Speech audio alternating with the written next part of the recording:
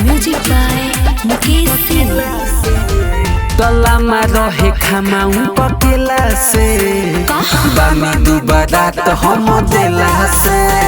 तला में रहे खमाऊ पकेला से बामी दुबारा तो हम देला से। तोहर जवानी के गिजले बानी परेशान झमेला से।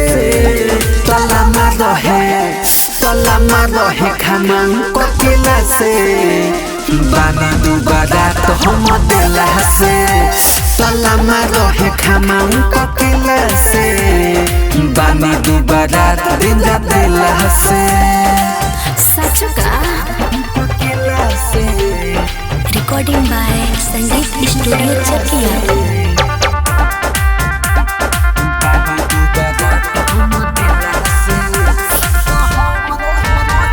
तो हम रही नीचे ऊपर ले जाला खोली जब मुँह में तो भीतर ले जाला। रे सखी ताला बार ले खाबा जैसे बोकोटे लटे कटर के फार ले खाबा। अरे जिया सुख रहे नैहर में सखी दुख भइल ससुरा में गेला से। तला में रहे खमाऊ कर केला से बानी दुबारा तो हम देला से। तला में रहे खमाऊ कर केला से बानी दुबारा तो देला से।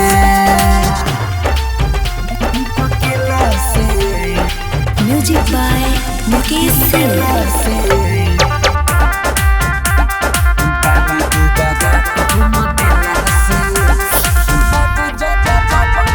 बजे जब बारे मारे लगातार भोरे नहीं उठल ला बथे लागे हमरा इंजन के सखी धुआं धुआं कहले बा।